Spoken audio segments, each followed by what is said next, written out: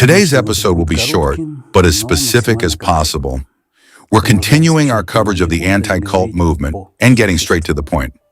Let me remind you that in May of 2026, we released a major investigation, a documentary about the influence of Russian disinformation.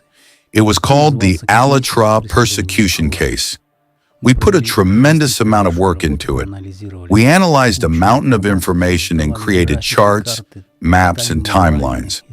If you remember, we gathered and produced a great deal of material. Among other things, the documentary included one particularly revealing infographic. We compared the waves of criticism directed at the international volunteer organization ALLATRA in Russia and Ukraine. The most intense, aggressive, and two-sided year was 2023. And now pay attention. Here's the question. Would you like to know exactly when the Czech activist Jakub Jahl started cranking out his dirty anti-ALLATRA routine? Yes, the same Czech anti-cult activist who is now suspected of horrific crimes against young children in Tanzania. The official investigation into that African case is still ongoing. This is interesting. Take a look. Let's return to the chart. The year is 2023. The red line shows criticism in Russia. The blue line shows criticism in Ukraine.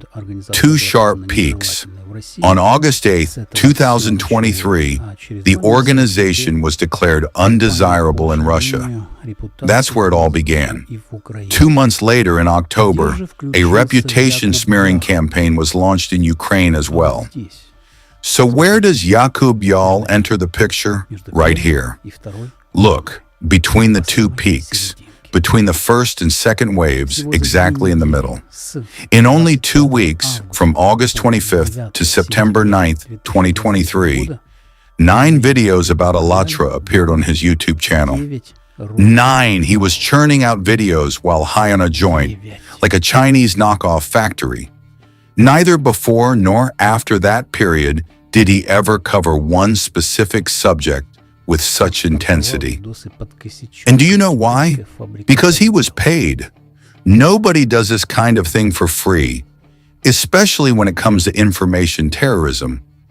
Incidentally, it was in 2023 that Jahl transformed from a Satanist, some kind of satanic missionary to Africa, into an anti-cult activist fighting against everyone.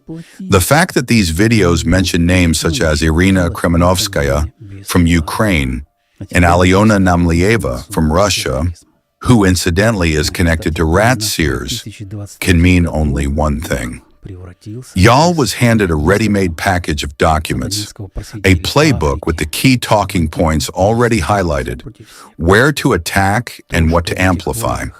And naturally, an advance payment was transferred to his bank card. Does anyone really believe that these 9 videos, appearing between 2 enormous waves of discreditation, were merely a coincidence? Just a random set of circumstances? The stars aligned? Personally, I don't believe that. There's nothing to guess here. A digital trail never lies. Most likely, it was much simpler. Someone with considerable financial resources and political power, the kind of person we discussed in our investigative documentary, pressed the destroy button. That set this horrific commission production line in motion, simultaneously in Russia, the Czech Republic, and Ukraine. And someone had to press the start button on this Czech bot. The addict was bought outright. At least that's what I think. They hooked him on a salary like a drug, and now like a slave, he keeps producing his illiterate anti-cult videos. But what does he live on? Drugs have to be paid for.